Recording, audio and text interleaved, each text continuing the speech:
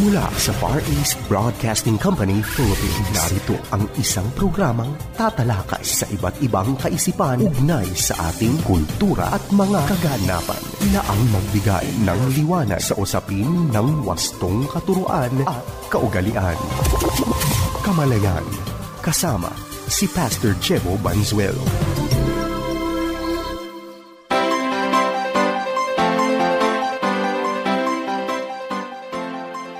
Isang mapagpala at mabiyayang araw mga kapatid. Kumusta na po kayo? Sana po ay nasa mabuti at maayos na kalagayan ng bawat isa. Tayo po ay nagpapasalamat sa muli na namang pagkakataon na tayo po ay magkasama-sama upang mag-aral ng salita ng Diyos. Ito po ang inyong lingkod, Pastor Jebo Banzuelo, at ito po ang programang Kamalayan na napapakinggan sa FEBC Radio TV. Tayo po ay napapanood sa Facebook Live at YouTube channel ng 702 DZAS FEBC Radio TV, gayon din sa channel 185 sa GCTV. Yan po ay tuwing linggo alas 7 hanggang alas 7:30 ng umaga. Salamat po sa inyong pagsama sa ating pag-aaral. Pinag-uusapan po natin sa ating series na nabuksan sa linggong ito ang tungkol po sa pananampalataya. At napakahalaga po ng ugnayan ng pananampalataya at gawa. At sinasabi sa atin ng Biblia na yung tunay na pananampalataya, kailangan po ay merong ebidensya. At ang ebidensya po nito ay yung mga pagbabago ng ating gawa. Nangangahulugan mga kapatid na hindi po tayo gagawa para maligtas, subalit ang mabubuting gawa ay resulta ng kaligtasan. Kaya ho, kadalasan pag pinag-uusapan at pinag-aaralan ng Aklat ng Santiago, ang akala po ng iba, kabaliktaran to ng sinasabi naman ni Pablo doon po sa Ephesians. Pero ang reality, hindi naman sila magkasalungat. Iba lang yung dating ng presentasyon. Nais kong basahin sa Ephesians chapter 2, verse 8 to verse 10. Pakinggan niyo pong maigi. Ang sabi ho ng talata, God saved you by His grace when you believed, and you cannot take credit for this. It is a gift from God. Salvation is not a reward for the good things we have done, so none of us can boast about it. For we are God's masterpiece. He has created us anew in Christ Jesus, so we can do the good things He planned for us long ago. Napakaganda po ng pinapaliwanag ng talata. Dahil sa kagandahang loob ng Diyos, kaya po tayo ay naligtas. Hindi po ito bunga o resulta ng ating pagsisikap o pagpapagal.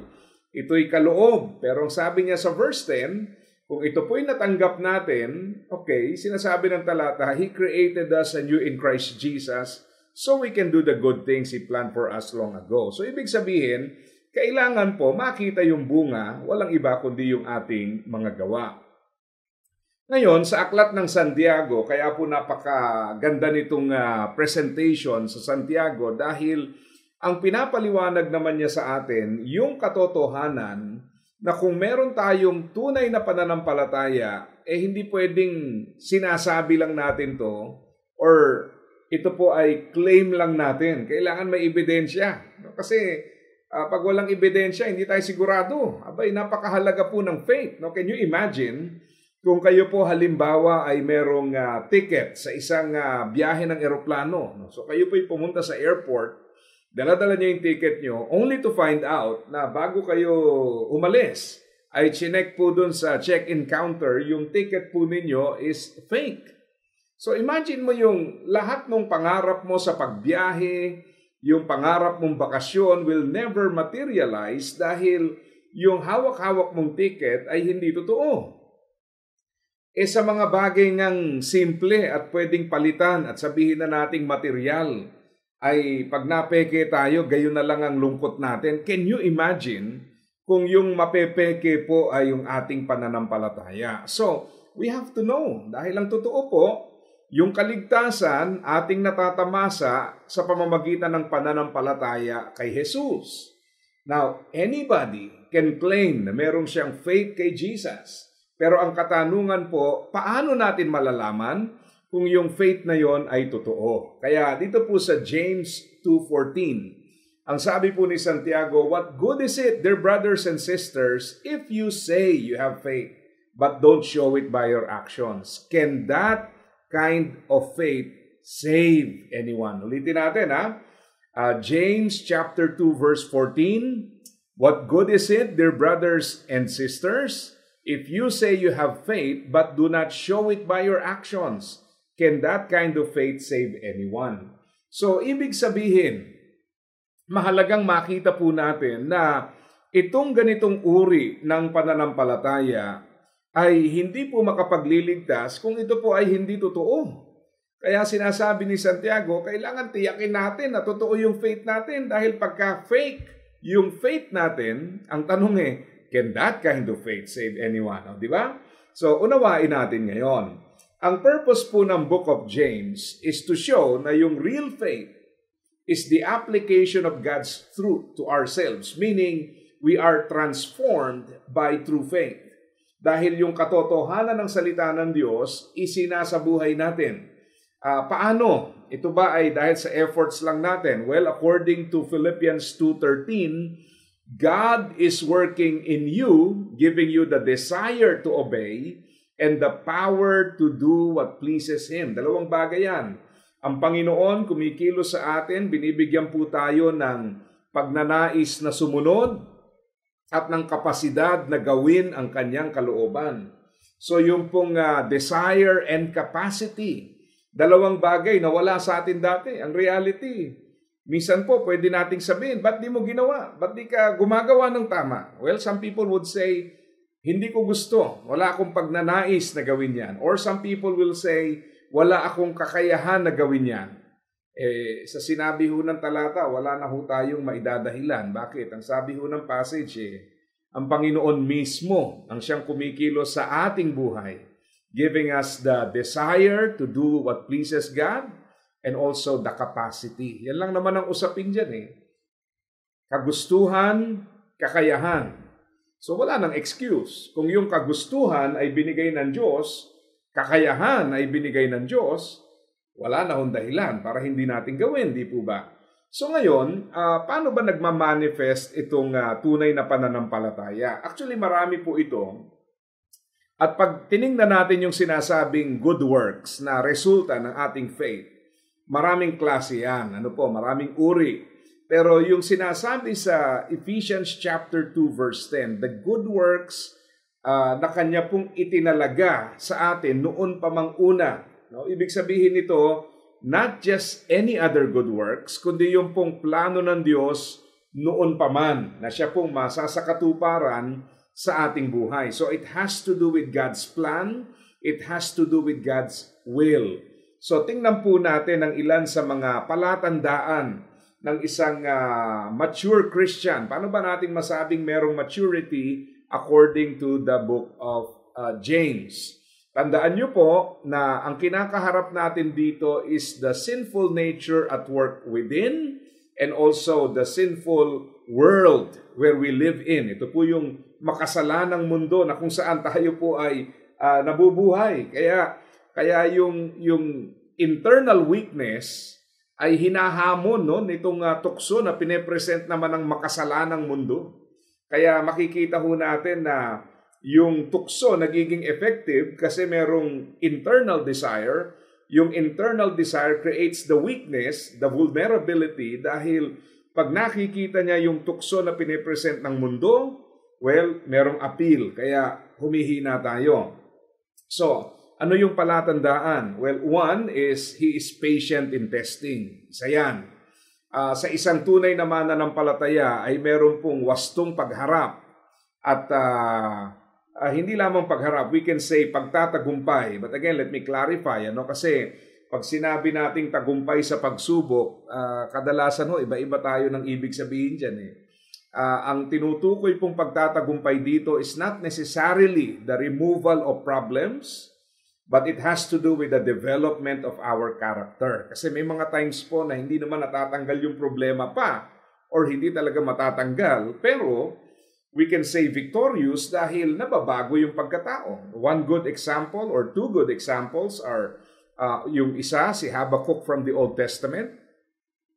Sabi niya, even though the fig trees have no blossoms, there are no grapes on the vines, the cattle fields lie empty, yet I will rejoice in the Lord. So, ibig sabihin, hindi naman nabago yung sitwasyon eh. Nandun pa rin siya sa karanasan ng pagiging hikahos. Pero ang sinasabi niya rito, hindi siya nawawalan ng pag-asa dahil sa Diyos na kasama niya sa gitna ng karanasang ito. Pangalawa, it's not only limited sa aspetong iyon, makikita rin po natin yung katotohanan na sinasabi ho sa atin dito sa karanasan naman ni Apostle Paul. Sabi niya, 2 Corinthians chapter 12, 3 times I prayed to the Lord to remove it. Yung thorn in the flesh. Pero sabi ng Panginoon, my grace is sufficient for you, for my power is made perfect in weakness. So hindi po inalis yung problema. So kung inaakala nyo na yung pagtanggal ng problema is the victory, hindi po, kundi ginamit yung problema to shape His character. And that is victory. So, a matured Christian is patient in testing.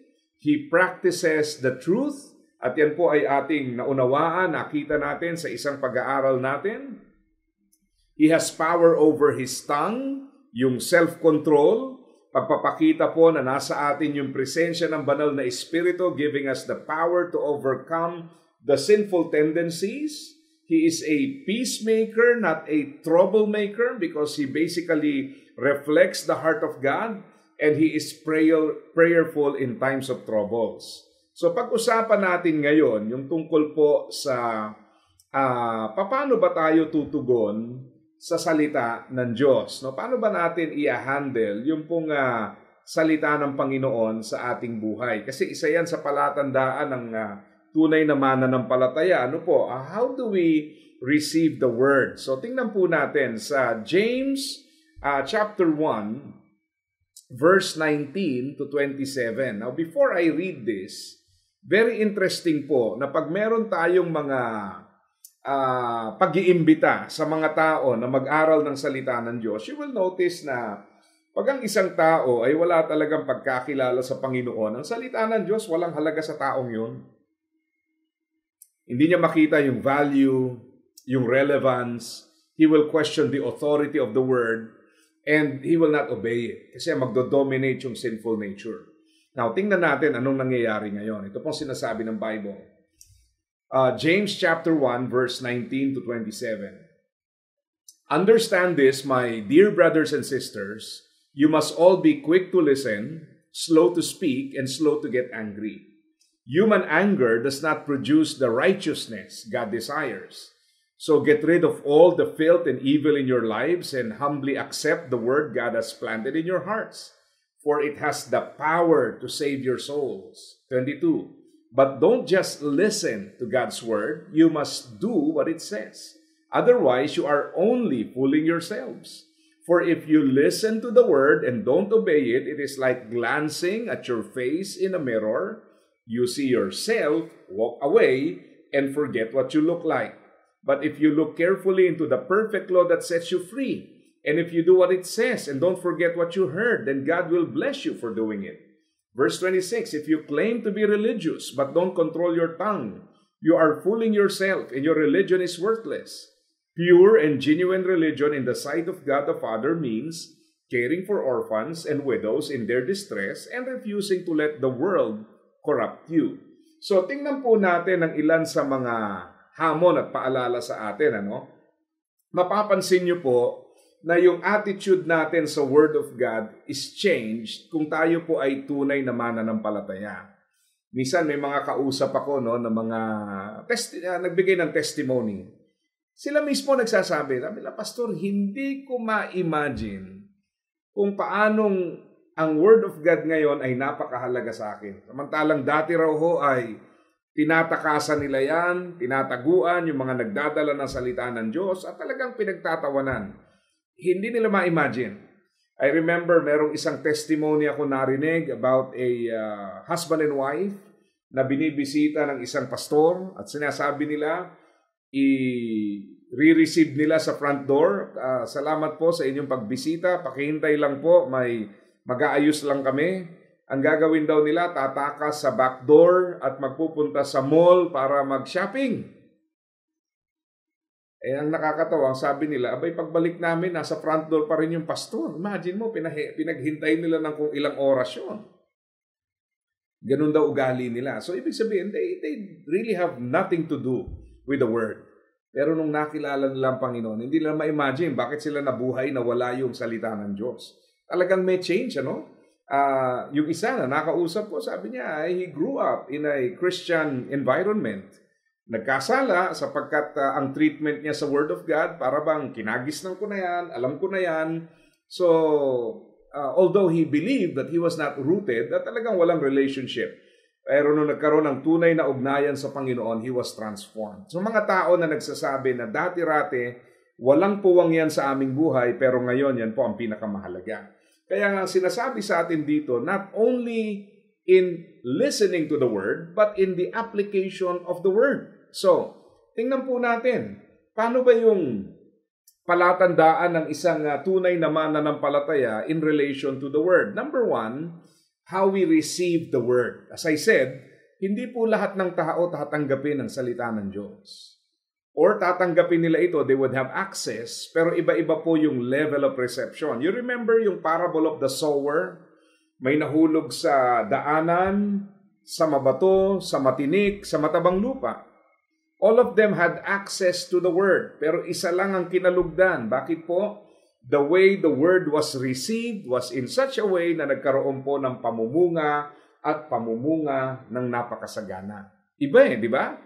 Yung nahulog dun sa daanan, well, may access siya sa Word. Maybe he heard the Word, he read the Word, he had access to the Word. Pero ang question po, anong ginawa niya dun sa salita ng Diyos? Hindi niya pinahalagahan. So bandang huli, ano naging epekto? Wala po, dahil although napakinggan niya ito, yung puso naman niya, nire-reject ito, so walang pagbabago.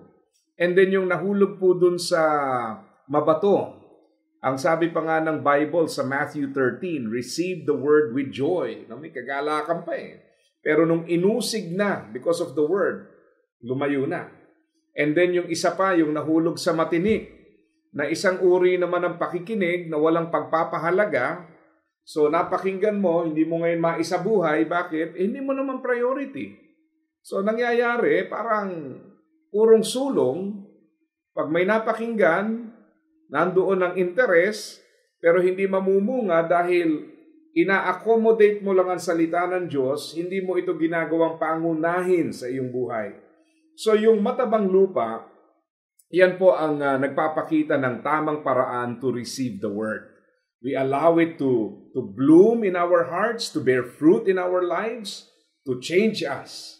At nagpapakita po na merong bunga, di ba? Pangalawa is how we practice the Word. Ano ba epekto nito sa atin? Well, one is examination. Alam nyo, napaka-importante nito kasi ang ganda nung ginamit na ilustrasyon. Basahin natin ulit. Sabi dyan,